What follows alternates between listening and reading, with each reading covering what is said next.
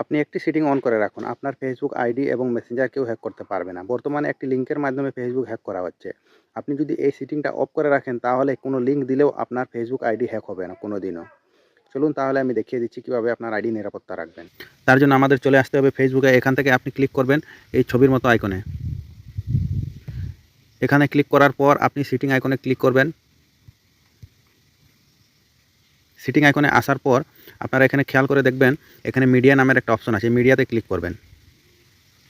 এখানে ক্লিক করার পর আপনি নিচের দিকে স্ক্রল করে চলে আসবেন। এখানে দেখতে পাচ্ছেন ওপেন লিঙ্ক এক্সটার্নাল ব্রাউজার। এখানে আপনার টিক চিহ্ন যদি দেওয়া থাকে তাহলে আপনি এটাকে অফ করে দিবেন। তারপর আমাদের মেসেঞ্জারে চলে আসতে হবে। এখান থেকে আপনার এই 3 ডটে ক্লিক করতে হবে।